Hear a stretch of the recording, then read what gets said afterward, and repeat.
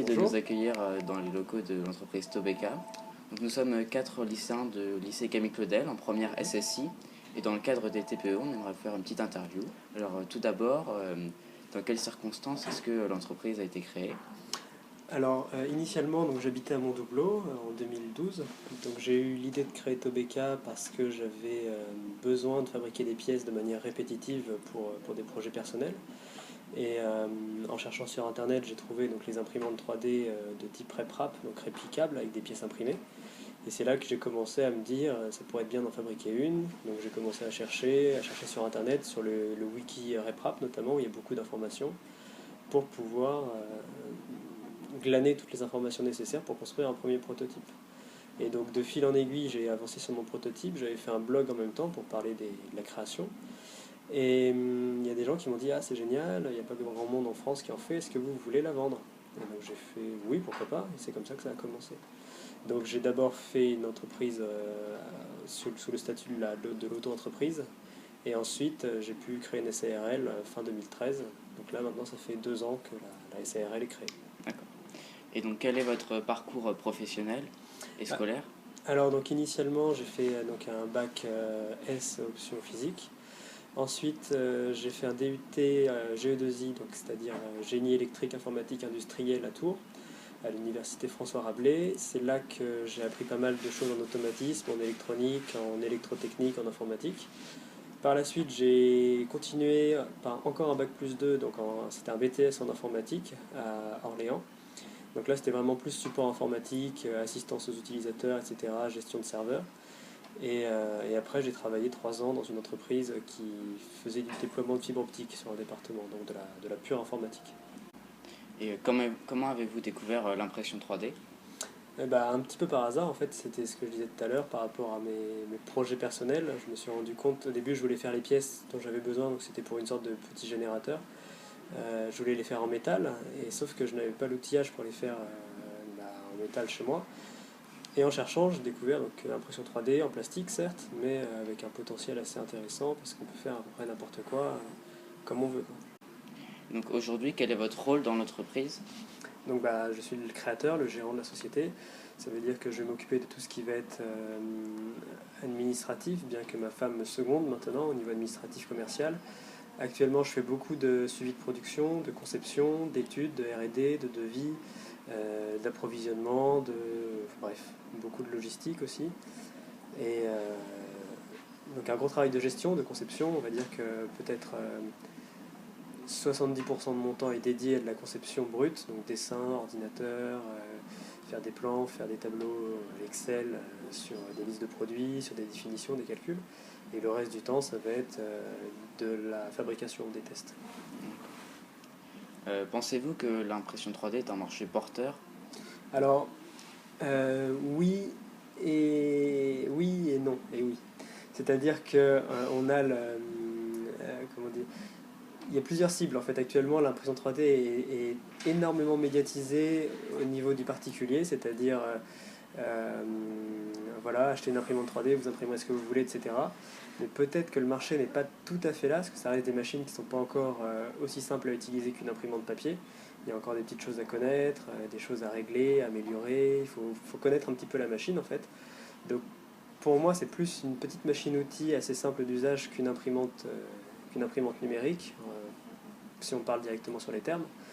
Alors qu'au niveau donc, des professionnels, il y a beaucoup de demandes sur des machines spécifiques notamment. Donc c'est là où on a une séparation au niveau de notre activité. On a les Tobeka 2, donc les petites machines plus pour les particuliers dans le format valise. Et les Tobeka spéciales sur mesure, qui elles sont des machines vraiment dédiées à des besoins spécifiques de professionnels, donc que ce soit en prototypage, en recherche, en R&D, ou alors dans des petits besoins de production. Il y a aussi un gros besoin de production en volume, c'est-à-dire certaines entreprises qui ont besoin d'imprimer des grandes pièces de grand volume font appel à notre entreprise pour leur fabriquer leur machine qui permet d'imprimer des pièces d'une certaine taille. Ouais. Donc du coup, pour vous, l'impression 3D dans le futur, ce serait vraiment peut-être différent pour les particuliers ou plus abouti? Il va y avoir un gros travail à faire à ce niveau-là. Donc nous, on n'est pas vraiment dans la la démocratisation en tant que telle de l'impression 3D auprès du particulier, parce qu'on reste sur des imprimantes type RepRap, donc qui sont très ouvertes. Et l'inconvénient d'une machine très ouverte, c'est qu'on peut faire à peu près n'importe quoi. Donc c'est aussi une grande force, mais ça veut dire que un particulier lambda, une personne lambda qui ne connaît pas trop la technique, risque d'avoir un petit peu de mal, d'être un peu perdu, parce qu'il y a beaucoup de paramètres, de choses à voir, un petit peu d'apprentissage. L'impression 3D va certainement se démocratiser sur des machines grand public, mais fermées, c'est-à-dire qu'on pourra utiliser que quelques réglages d'impression avec le consommable de la marque, et ça ira dans 80% des cas certainement. Quand la personne voudra faire des pièces trop compliquées ou qui n'iront pas à l'impression, ça ne marchera pas, il n'aura aucun moyen entre guillemets d'adapter les réglages pour modifier tel ou tel aspect de la pièce pour l'imprimer. Donc ça va se développer dans les prochaines années, je pense. Là où ça va continuer à se démocratiser, ce sera surtout sur de la machine, je pense aussi assez spéciale, spécifique. Donc ça va être un marché entre guillemets de niche, mais un marché intéressant parce que c'est quand même assez porteur. D'accord. Donc l'impression 3D accessible à tous, ce serait vraiment quelque chose de plus fermé dans le temps Je pour pense les qu'à particuliers à terme, on arrivera avec le schéma équivalent aux imprimantes papier, c'est-à-dire qu'on a l'imprimante de telle marque qu'on achète, on achète les consommables de telle marque. Bon, le papier, on est encore assez libre, mais on reste assez fermé dans ce qu'on peut faire, et quand on clique sur imprimer, on ne voit pas trop ce qui se passe derrière. C'est-à-dire que ça va choisir à peu près tout seul les paramètres d'impression en fonction de la page qu'on a, et ce genre de choses. On peut éventuellement peaufiner si on veut dire imprimer en noir et blanc, imprimer en qualité brouillon pour aller plus vite, consommer moins d'encre, etc. Mais ce ne sera pas non plus d'énormes réglages en fait. Donc ça veut dire qu'on aura des imprimantes 3D dans le futur certainement relativement proches de ce concept-là. Ça va certes fermer l'utilisateur dans ce qu'il peut choisir comme consommable, dans les réglages, mais ça va lui permettre aussi d'utiliser l'imprimante avec le moins de formation possible. Oui. Et ça s'appliquera dans la majorité des cas, finalement. Donc pour les innovations futures, donc ce serait vraiment quelque chose de plus abouti, vraiment faire quelque chose de fini, avec peut-être moins de réglages. Je pense, ouais. D'accord. Donc en fait, on a l'impression maintenant aujourd'hui qu'on peut presque tout faire avec une imprimante 3D, mais est-ce que c'est vraiment vrai? Est-ce qu'il n'y a pas des limites, des choses qu'on peut encore faire ou qu'on pourra faire que plus tard? On va être limité par la matière, d'une part. On reste sur du plastique, sur des matières comment dire, qu'on fait fondre avec de la température. Donc on est limité à ce niveau-là sur les matières. Il y a beaucoup de travaux qui sont faits sur les matériaux, c'est-à-dire des matières, des thermoplastiques qui sont greffés de charges avec des fibres de verre, des fibres de carbone, ce genre de choses qui permettent d'améliorer la résistance des pièces. Néanmoins, on reste sur des pièces qui n'ont pas beaucoup de tenir à la température. Ça veut dire qu'on ne pourra pas encore remplacer de la production métal avec l'impression 3D de filaments, j'entends, parce qu'il existe des imprimantes 3D de frittage laser qui peuvent faire du métal, mais bon, à des coûts encore très élevés et vraiment orientés pour un usage industriel. Et puis pour un fonctionnement assez lourd en fait, c'est lourd en maintenance, c'est des grosses machines, c'est complexe. Mais sur l'impression 3D fil, donc ça va rester de la petite pièce, de la pièce de prototype, de la pièce du jouet entre guillemets, de la pièce de réparation, si on reste dans le domaine d'application de la matière, dans le domaine de résistance de la matière. Par exemple, si vous cassez votre porte-savon qui est en plastique, vous pourrez le réimprimer, ça va marcher. Oui. Mais si vous voulez changer une rotule de suspension de voiture, ça va pas marcher. Effectivement. Voilà, mais bon, quand on connaît à peu près les limites de la matière, on peut quand même faire pas mal de choses parce que l'impression 3D, c'est quand même quelque chose qui booste la productivité à ce niveau-là.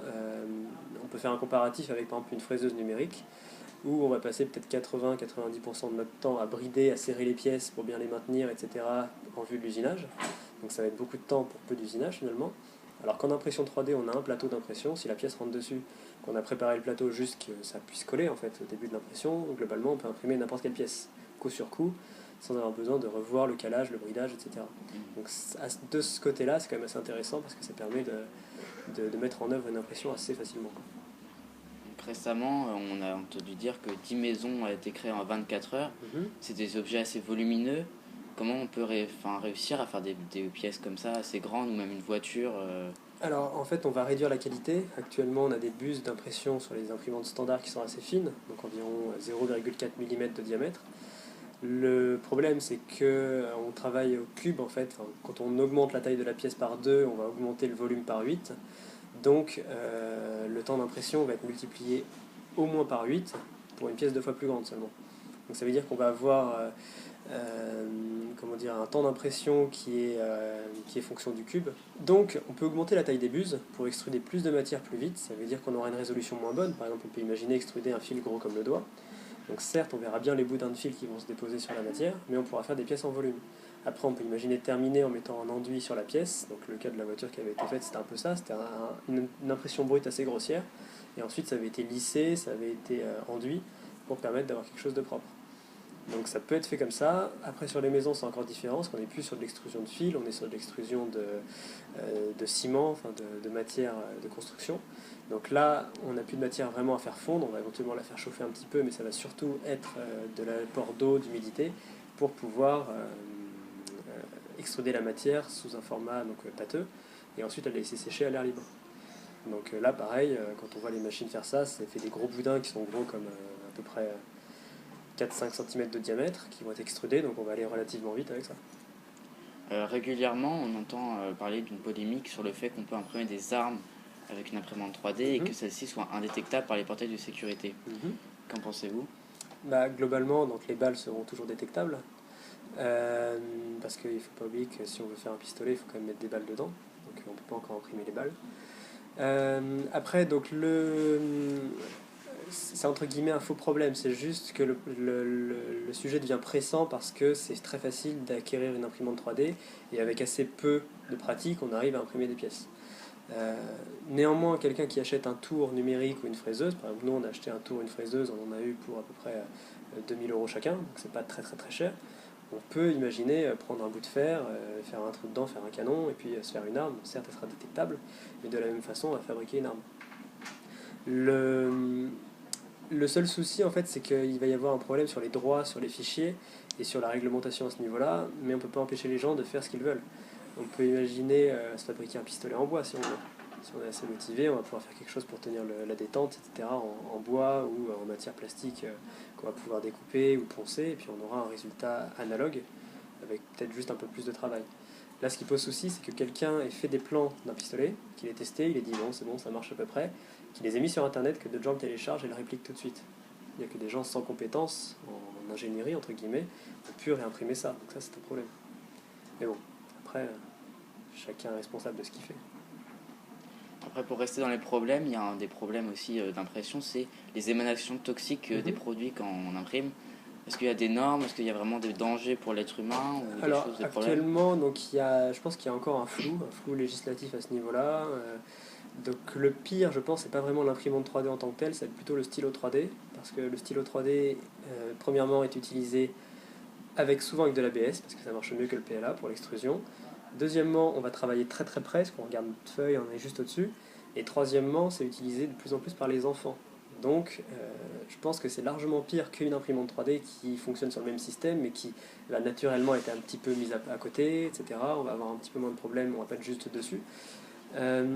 Ensuite, donc les impressions, enfin les matières qui vont dégager le plus d'émanations, ça va être par exemple les plastiques à base de pétrole, comme l'ABS ou éventuellement les polyéthylènes ou ce genre de choses. Donc ça, on le sent très bien, quand on imprime, ça sent pas très très bon, donc effectivement, il faut être dans une pièce assez aérée, assez ventilée. Quand on imprime souvent en PLA, donc sur des petites imprimantes 3D plus pour le grand public, on aura moins de soucis parce que le PLA est à base de maïs, notamment d'amidon de maïs.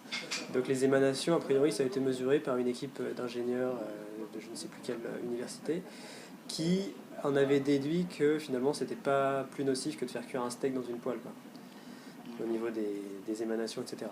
Donc il y a encore beaucoup de choses à voir, mais les matières jouent un rôle important dans la dangerosité de l'impression. Écoutez, merci beaucoup pour cette interview, merci pour le temps que vous nous avez accordé, et puis à bientôt. Merci.